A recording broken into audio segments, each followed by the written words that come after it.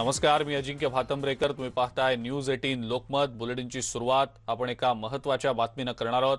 ठाण्यालगतच्या मुंब्रामध्ये पहाटे प्राईम रुग्णालयात आग लागलेली आहे. यामध्ये 4 रुग्णांचा मृत्यू झालाय. या रुग्णांचा मृत्यू आगीत होरपळून नाही तर स्थलांतर केल्यानंतर उपचाराअभावी झालाय, असं ठाणे महानगरपालिकेने सांगितलेलं आहे. मुंब्रा कौसामध्ये प्राईम क्रिटिकेअर नावाचं रुग्णालय आहे. इथे एकूण 20 रुग्ण उपचार घेत होते. यातले 14 जनरल वॉर्डमध्ये होते तर 6 रुग्ण आयसीयू मध्ये होते. आग लागल्यावर रुग्णांना दुसऱ्या रुग्णालयात शिफ्ट करावं लागलं आणि या दरम्यान नीट उपचार न मिळाल्यानं रुग्णांचा मृत्यू झाला, असं पालिकेनं सांगितलंय.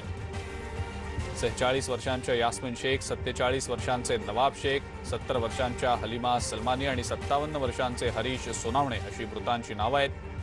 मृतांच्या नातेवाईकांना 5 लाख तर जखमींना 1 लाखाची मदत राज्य सरकारनं जाहीर केलेली आहे. स्थानिक आमदार आणि गृहनिर्माण मंत्री जितेंद्र आव्हाड यांनी पहाटेच घटनास्थळी भेट दिली आणि सरकारी मदतीची घोषणा केलेली आहे.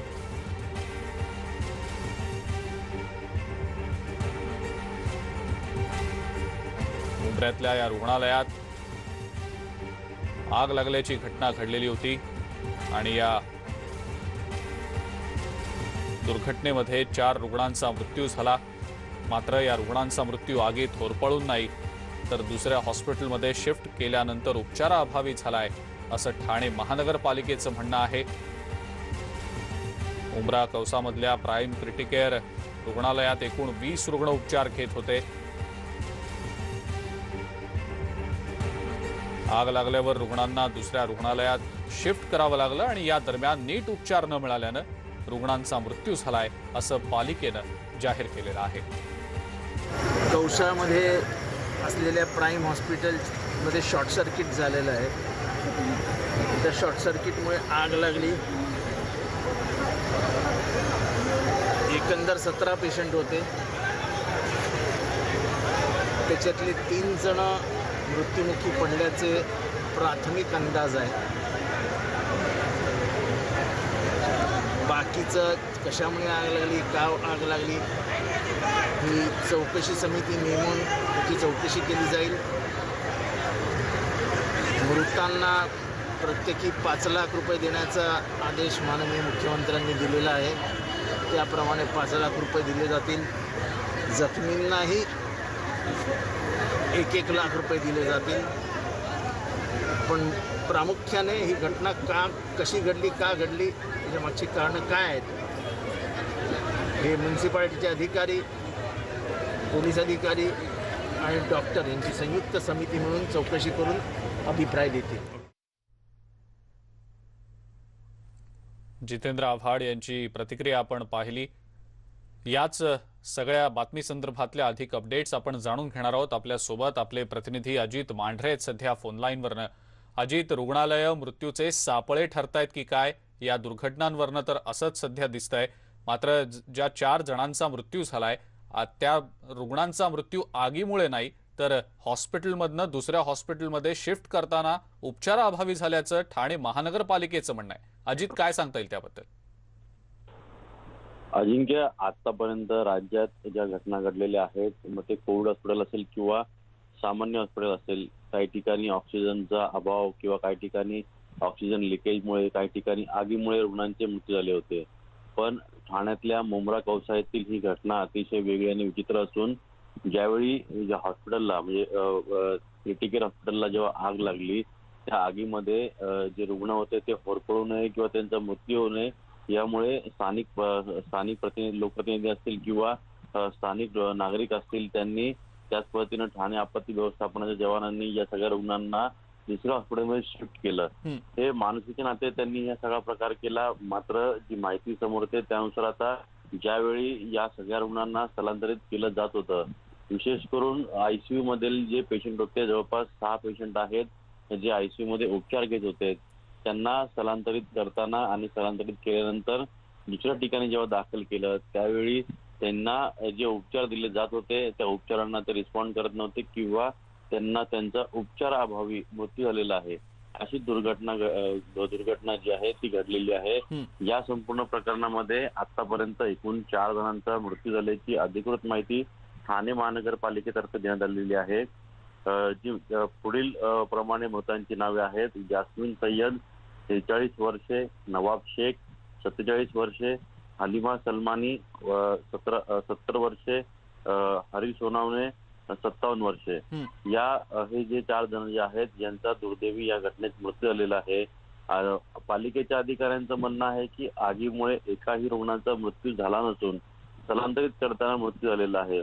मात्र ही घटना जी आहे ती अतिशय गंभीर असून जर आपण पाहिलं तर रुग्णांना जर दुसऱ्या रुग्णामध्ये शिफ्ट केलं जातं आणि त्या ठिकाणी जर त्यांना उपचार मिळत नसतील आणि जर रुग्ण दगावत असतील तर मग स्थलांतरित करणं किंवा शिफ्टिंग करणं याची नेमकी पॉलिसी काय आहे किंवा तसं करताना नेमकं काय काळजी घेतली जाते, ती काळजी या घटनेमध्ये घेतली गेली नव्हती का? मग अशा पद्धतीनं ज्यावेळी आपत्तीची परिस्थिती येते त्यावेळी आपल्याकडे बॅकअप प्लॅन. अजित, हाच मुद्दा आहे. जर रुग्णांना शिफ्ट केलं जात होतं तर मग पुरेशी काळजी घेतली गेली नव्हती का? आणि जर ती घेतली गेली नसेल आणि उपचाराअभावी जर रुग्णांचा अशा प्रकारे मृत्यू होत असेल तर ही धक्कादायक बाब तर आहेच. मात्र या सगळ्या प्रकाराला मग जबाबदार कोणाला धरायचा असा प्रश्न आहे. हाच मुख्य प्रश्न आहे. कारण का जर आपण पाहिलं तर ठाणे महानगरपालिकेचे अनेक वरिष्ठ अधिकारी घटनास्थळी दाखल होते. गृहनिर्माण मंत्री जितेंद्र आव्हाड देखील घटनास्थळी दाखल होते. पण ज्यावेळी रुग्णांना एका ठिकाणावरून दुसऱ्या ठिकाणी स्थलांतरित केलं ती सगळी जबाबदारी जी आहे ती वेगळ्या अधिकाऱ्यांवरती होती. आग विझवणे किंवा सध्या तिथली काय परिस्थिती आहे याकरता जबाबदारी आहे ती वेगवेगळ्या अधिकाऱ्यांवरती देण्यात आली होती. मग सगळ्यात मुख्य प्रश्न हा येतो की ठाणे महानगरपालिकेसारख्या इतक्या अद्यावत आणि मोठ्या महानगरपालिकेकडे अशी घटना घडल्यानंतर बॅकअप प्लॅन काय रेडी होता का? तशा काही कार्डियाक अँब्युलन्स रेडी होत्या का? किंवा अशी काही ज्या घटना घडतील ज्या घटनेनंतर रुग्णांना कसे उपचार दिले जातील किंवा दुसऱ्या ठिकाणी स्थलांतरित केल्यानंतर त्यांना कसे उपचार दिले जातील याकरता काही वेगळी टीम होती का किंवा तसा काही एक बॅकअप प्लॅन होता का? तर तसं सध्या तरी काही दिसत नसून या सगळ्या पार्श्वभूमीवरती ज्यावेळी शिफ्ट केलं स्थलांतरित केलं सगळ्या रुग्णांना त्यानंतर ज्या हॉस्पिटलमध्ये त्यांना दाखल करण्यात आलं तिथं त्यांना तात्काळ उपचार मिळाले नाही किंवा जे उपचार मिळत होते त्या उपचारांमध्ये काहीतरी त्रुटी होत्या आणि याचमुळे या 4 जणांचा मृत्यू झालेला आहे असं एका वरिष्ठ अधिकाऱ्यांनी नाव न घेण्याच्या अटीवर स्पष्ट केलेलं आहे. मग प्रश्न हा उपस्थित होतो की जे रुग्ण जे आहेत जे आगीतून वाचले मात्र उपचार न मिळाल्यामुळे त्यांचा मृत्यू झाला, हे असं दुर्दैवी जो प्रकार घडलेला आहे याला नेमका जबाबदार कोण? ठाणे महानगरपालिकेचे अधिकारी याला जबाबदार आहेत का? शिफ्टिंग केल्यानंतर ज्या हॉस्पिटलवाले जे डॉक्टर आहेत त्या डॉक्टरांनी त्यांना योग्य उपचार दिले नाही किंवा जिथून त्यांना म्हणजे ज्या प्राईम क्रिटिकल हॉस्पिटलमध्ये जिथे उपचार घेत होते तिथल्या डॉक्टरांनी त्यांना शिफ्टिंग करताना त्यांची योग्य ती काळजी घेतली नाही. हाच मुद्दा आहे अजित. आपण जो मुद्दा सांगताय हाच महत्वाचा मुद्दा आहे. जर रुग्णांना शिफ्ट केलं जात होतं तर मग पुरेशी काळजी का घेतली गेली नाही? आगीसारख्या दुर्घटनेमध्ये ज्या वेळेला रुग्णांना शिफ्ट करावं लागतं रुग्णालय प्रशासनाची ही जबाबदारी आहे की त्या रुग्णांची व्यवस्थित काळजी घेतली गेली पाहिजे, त्यांना पुरेसे उपचार या दरम्यान दिले गेले पाहिजेत. मात्र तसं झालेलं दिसलं नाही. अजित, आमच्यासोबत असेच रहा. आपण पुढच्या एका महत्वाच्या बातमी संदर्भात अजित यांच्याकडनं अधिक माहिती जाणून घेणार आहोत. रुग्णालयांना लागणाऱ्या आगीच्या घटना या दिवसेंदिवस वाढताना दिसतायत. ठाण्यातल्या मुंब्रातल्या या प्राईम क्रिटिकेअर रुग्णालयाला पहाटेच्या वेळेला आग लागल्याची दुर्घटना घडली. 4 जणांना जीव गमवावा लागला. 23 एप्रिलला विरारमधल्या विजय वल्लभ रुग्णालयाला लागलेल्या आगीत 15 जण मृत्युमुखी पडले होते. त्याचबरोबर भांडूप परिसरातल्या ड्रीम्स मॉलमधल्या 4थ्या मजल्यावर असलेल्या सनराईज कोविड रुग्णालयाला 25 मार्चला रात्री उशिरा आग लागली होती. यात 11 रुग्णांचा होरपळून मृत्यू झाला होता. रुग्णालयांना आग लागण्याच्या घटनांमध्ये वाढच होताना दिसतेय. रुग्णालय मृत्यूचे सापळे ठरतायत की काय अशीच एकंदरीत परिस्थिती आहे की काय असंच सध्या या दुर्घटनांवरनं म्हणावं लागेल. पुढची आणखीन एक ब्रेकिंग न्यूज आपण बघणार आहोत. IPS अधिकारी रश्मी शुक्ला यांना मुंबई पोलिसांनी आज हजर राहण्याचं समन्स बजावलेलं होतं, पण शुक्ला यांनी प्रत्यक्ष हजर राहण्यास नकार दिलेला आहे. कोविडमुळे मला प्रत्यक्ष येणं शक्य नाही, आपली प्रश्नावली पाठवा, मी ईमेलद्वारे उत्तर देईन असं शुक्ला यांनी मुंबई पोलिसांना कळवल्याचं समजतंय. त्यांनी ईमेलद्वारे पोलिसांशी संपर्क साधलाय. त्यामुळे आता मुंबई पोलीस प्रश्नावली पाठवणार की पुन्हा समन्स पाठवणार हे पाहावं लागेल. आणि याच महत्त्वाच्या बातमी संदर्भातली अधिक अपडेट आपण जाणून घेणार आहोत। अजित मांढरे आपले प्रतिनिधी पुन्हा एकदा आपल्या सोबत आहेत। अजित, रश्मी शुक्ला आज प्रत्यक्ष हजर राहणार नाहीयेत, ईमेलद्वारे आपल्याला प्रश्नावली पाठवा, कोविडमुळे हजर राहणं शक्य नसल्याचं त्यांनी कळवलंय, काय सांगता येईल याबद्दल? अजिंक्य, फोन टॅपिंग प्रकरण ज्यामुळे संपूर्ण राज्यातील राजकारण ढळून निघालं होतं, विरोधक आणि सत्ताधारी यांच्यामध्ये आरोप प्रत्यारोप जोरदार सुरू होते। या प्रकरणी 27 मार्चला मुख्य सचिवांनी संपूर्ण माहिती देऊन पुढे त्याविषयी मुंबई सायबर पोलिसांनी गुन्हा दाखल केला होता। रश्मी शुक्ला यांना आज साधारणपणे 11 वाजता त्यांच्या मुंबईतील सरकारी निवासस्थानी चौकशी करता बोलवलं आलं, त्या ठिकाणी बोलवलं होतं। मात्र रश्मी शुक्ला यांनी काल उशिरा एक ईमेल पाठवलेला आहे आणि त्या ईमेलनुसार त्यांनी हे स्पष्ट केलेलं आहे की त्या सध्या मुंबईला चौकशी करता हजर राहू शकत नाहीत, कारण का सध्या मुंबईतली कोविडची परिस्थिती, हैदराबादमधील कोविडची परिस्थिती, त्यांच्यावरती असलेली केंद्रीय राखीव दलाची हैदराबाद येथील महासंचालक पदाची जबाबदारी, त्यांच्या ऑफिसचं कामकाज, त्यांचं पेंडिंग असलेलं काम म्हणजे त्यांचं जे काम आहे त्याच्यामध्ये कुठे बाधा येऊ नये आणि त्याच्यामुळे त्यांच्या सेवेत कुठे बाधा येऊ नये अशी विविध कारणं देत रश्मी शुक्ला यांनी हा सगळा ईमेल जो आहे तो मुंबई सायबर पोलीस स्टेशनचे पोलीस प्रभारी आहेत सहस्रबुद्धे मॅडम यांना हा सविस्तर मेल पाठवलेला आहे। आणि या मेलद्वारे त्यांनी हे स्पष्ट केलेलं आहे की त्या चौकशी करता प्रत्यक्ष हजर राहू शकत नाहीत। सायबर पोलिसांना त्यांनी विनंती केलेली आहे की या संपूर्ण प्रकरणी मी संपूर्ण चौकशी करायला, संपूर्ण सहकार्य करायला मी तयार आहे, मात्र मला ईमेलद्वारे आपली प्रश्नावली पाठवावी आणि ईमेलद्वारे मला FIR पाठवावी।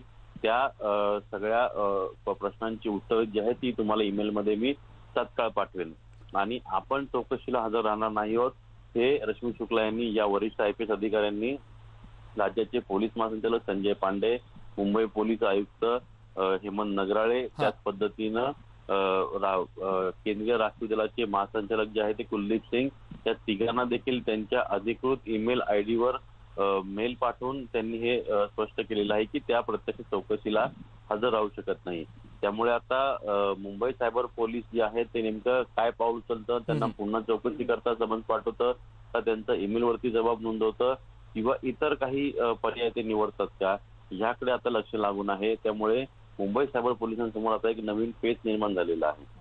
अगदी खरं अजित, धन्यवाद, सविस्तर माहिती आपण दिलीत त्याबद्दल। मुंबई पोलीस आता नेमकं या सगळ्या प्रकरणामध्ये कोणता पर्याय स्वीकारतात हे पाहणं महत्त्वाचं ठरेल। रश्मी शुक्ला यांनी तरी कोविडमुळे सध्या आपण चौकशीसाठी हजर राहू शकत नाही, ईमेलद्वारे प्रश्नावली पाठवा, आपण त्याला उत्तर देऊ असं मेलद्वारे कळवलेलं आहे। पुढची आणखीन एक महत्त्वाची बातमी बघूया। 18 ते 45 या वयोगटासाठी 1 मे पासून लसीकरण सुरू होत आहे। यामध्ये मुंबई महानगरपालिकेनं एक महत्त्वाचा निर्णय घेतलाय। या वयोगटातल्या नागरिकांचं लसीकरण केवळ खासगी रुग्णालयातच होणार आहे, त्यांना सरकारी रुग्णालयात लस दिली जाणार नाहीये। सरकारी रुग्णालयांमध्ये आताप्रमाणे फक्त 45 वर्षांवरील नागरिकांचंच लसीकरण होईल।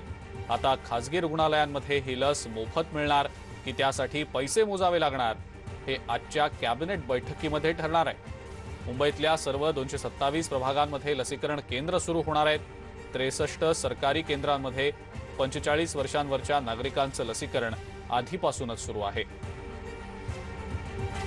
प्रत्येक प्रभागामध्ये किमान 1 केंद्र असेल अशी माहिती देखील पालिकेनं दिलेली आहे। मात्र 18 ते 45 या वयोगटाचं जे काही लसीकरण होणार आहे 1 मे पासून, ते खासगी केंद्रांमध्येच होणार असल्याचं मुंबई महानगरपालिकेनं म्हटलेलं आहे। खासगी केंद्रांवरचं होणारं हे लसीकरण मोफत असेल की त्यासाठी शुल्क आकारलं जाईल, याबद्दलची माहिती मात्र दिली गेलेली नाही। आजच्या मंत्रिमंडळ बैठकीमध्ये या संदर्भातला निर्णय होईल असं सध्या तरी सांगितलं जात आहे। मात्र ही अतिशय महत्त्वाची बातमी मुंबईकरांसाठी।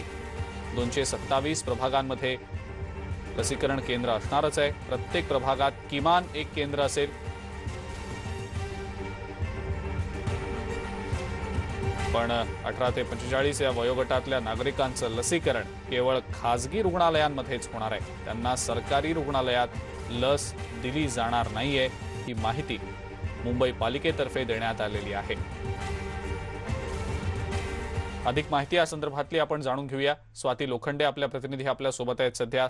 स्वाती, मोफत लसीकरणाबाबतचा महत्त्वाचा निर्णय कॅबिनेटमध्ये आज होईलच, मात्र मुंबईमधल्या 18 ते 45 वयोगटातल्या नागरिकांना लस मोफत मिळणार की त्यासाठी त्यांना पैसे मोजावे लागणार याबद्दल साशंकता होती, त्याचाही निर्णय होणार आहे. काय सांगता येईल त्याबद्दल?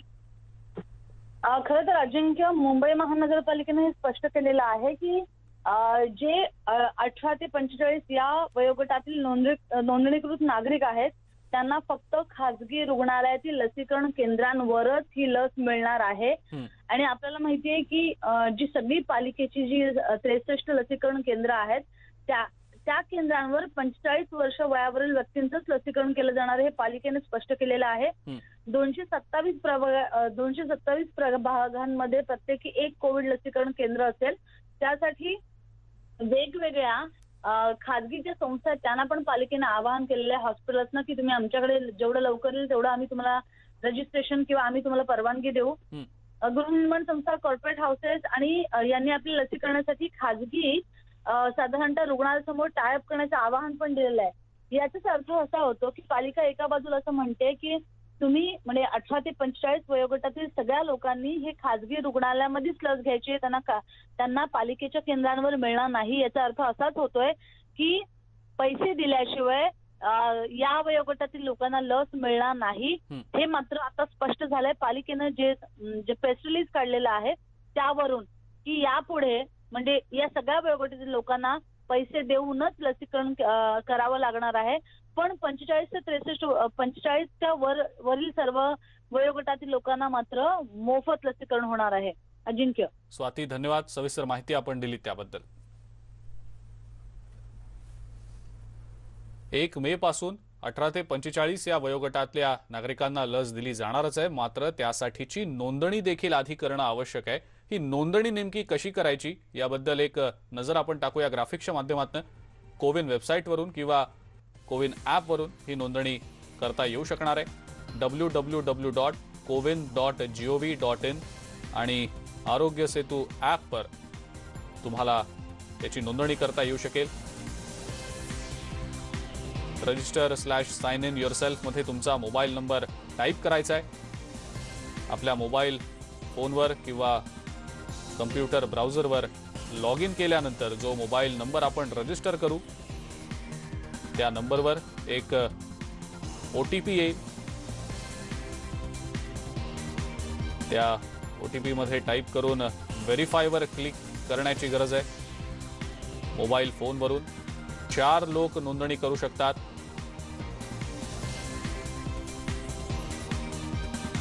Photo ID proof, photo ID number, नाव, जन्मतारीख, लिंग आणि सहव्याधीची माहिती भरावी लागणार आहे.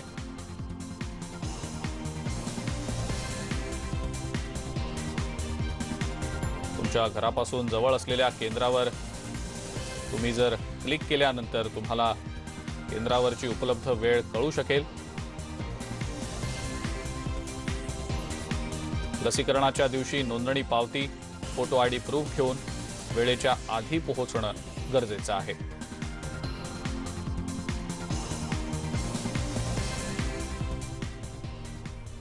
पुढची आणखीन एक महत्त्वाची बातमी आपण बघणार आहोत. राज्य सरकार 1 तारखेपासून 3ऱ्या टप्प्यातल्या लसीकरणाला सुरुवात करण्याच्या प्रयत्नात आहे. मात्र सरकार समोर मोठं आव्हान असल्याचं दिसतंय. एकीकडे परदेशातून राज्यात लस उपलब्ध होताना अधिक अडचणी येत आहेत. मात्र या संदर्भात आजच्या कॅबिनेटमध्ये महत्त्वाची चर्चा होणार असल्याची माहिती मिळतेय. तर दुसरीकडे खासगी आणि इतर कंपनी लस उपलब्ध होण्यास 2 ते 3 महिने लागतील अशी माहिती मिळतेय. त्यामुळे देशांतर्गत उत्पादक कंपन्यांना प्राधान्यानं त्यांच्याकडनं लस घ्यावी असा विचार असल्याचं समजतंय. यावर देखील राज्य मंत्रिमंडळ बैठकीत चर्चा होईल. राज्यात 18 ते 45 या वयोगटामध्ये साधारण जी लोकसंख्या आहे ती 5.71 कोटी इतकी आहे. 2 लस याप्रमाणे साधारण 12 कोटी लसीचे डोस लागतील अशी माहिती आहे. त्यामुळे देशांतर्गत लस उत्पादक कंपन्यांना प्राधान्यानं या लसीच्या पुरवठ्यासाठी सांगितलं जावं असा विचार या कॅबिनेटमध्ये केला जाऊ शकतो. त्याबद्दलची चर्चा होऊ शकते आणि त्यानंतर या संदर्भातला निर्णय घेतला जाऊ शकतो अशी माहिती समोर येते. लसीच्या उपलब्धतेबद्दल आरोग्यमंत्री राजेश टोपे यांनी नेमकी काय प्रतिक्रिया काल दिलेली होती पाहूया. 1 मेची वाट पाहतायत, ज्यामध्ये 18 वर्षाच्या तरुण मुलांपासून तर 44 वर्षाच्या लोकांपर्यंतचं वॅक्सिनेशन स्टेटची जबाबदारी म्हणून राज्य शासनाने सांगितली. आपण ही जबाबदारी स्वीकारण्यासाठी तयार आहोत. आपलं कॅबिनेटला त्याची नोट सुद्धा आमच्या विभागाच्या वतीनं तयार करून आम्ही पाठवलेली आहे.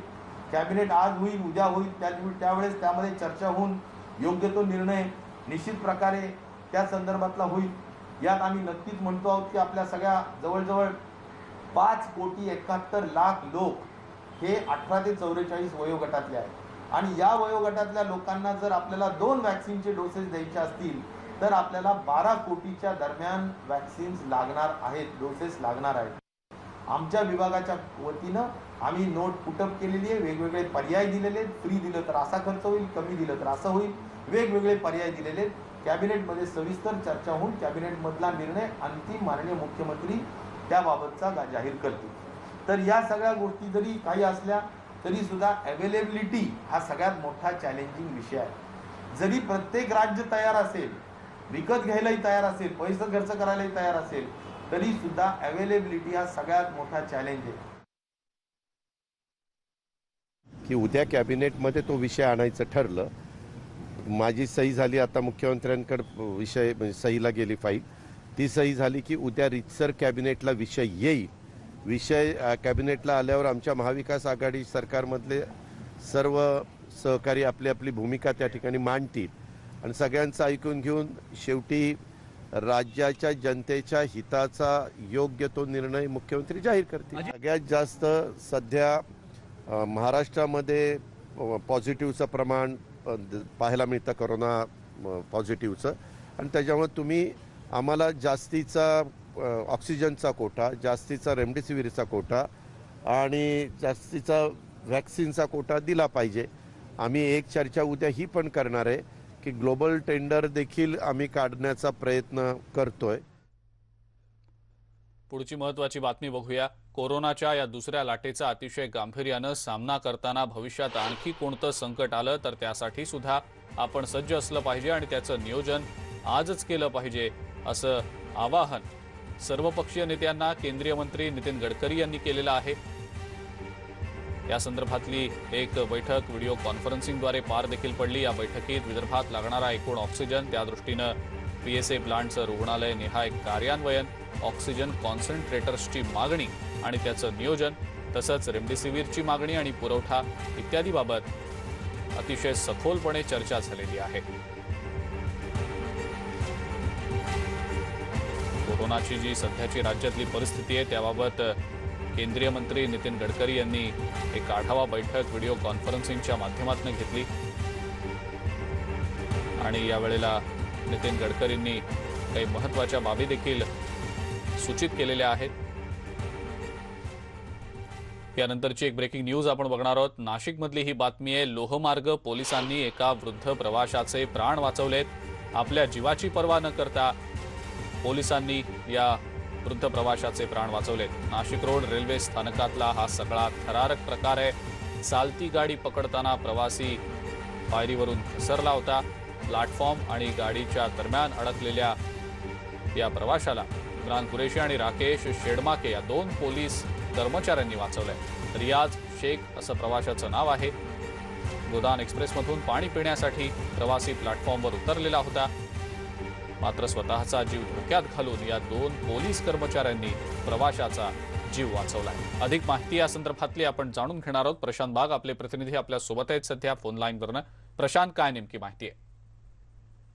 अजिंक्य, आपल्याला माहिती आहे की नाशिक रोड रेल्वे स्थानकामधनं गोदान एक्सप्रेस जात होते आणि त्याच वेळेस त्या ट्रेनचा थांबा हा फक्त 3 मिनिटांसाठी नाशिक रोड रेल्वे स्टेशनवर होता. आणखी याच ठिकाणी ट्रेन थांबल्या रियाज शेख नावाचा जो प्रवासी आहे, वयोवृद्ध प्रवासी आहे, सिनियर सिटीजन, पाणी पिण्यासाठी उतरला होता आणि त्याच वेळेस ट्रेन सुरू झाली आणि म्हणूनच धावपळ करत या प्रवाशानं ट्रेन पकडण्याचा प्रयत्न केला. आणखीन त्यांचा पाय घसरला.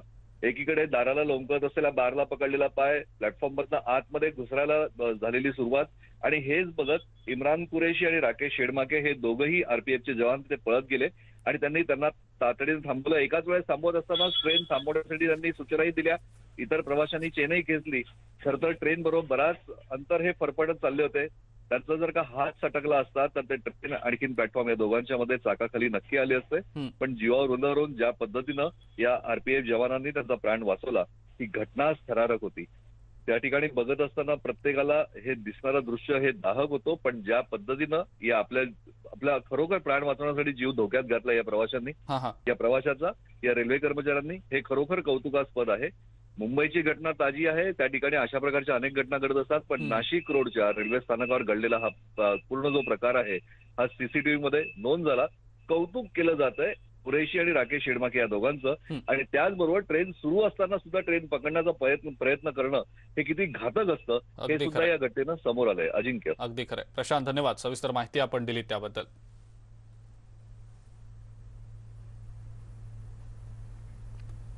आणि या सगळ्या महत्त्वाच्या बातम्यांसोबतच या बुलेटिनमध्ये वेळ झाली इथंच थांबण्याची. ताज्या बातम्या आणि अपडेट्ससाठी बघत राहा फक्त न्यूज 18 लोकमत.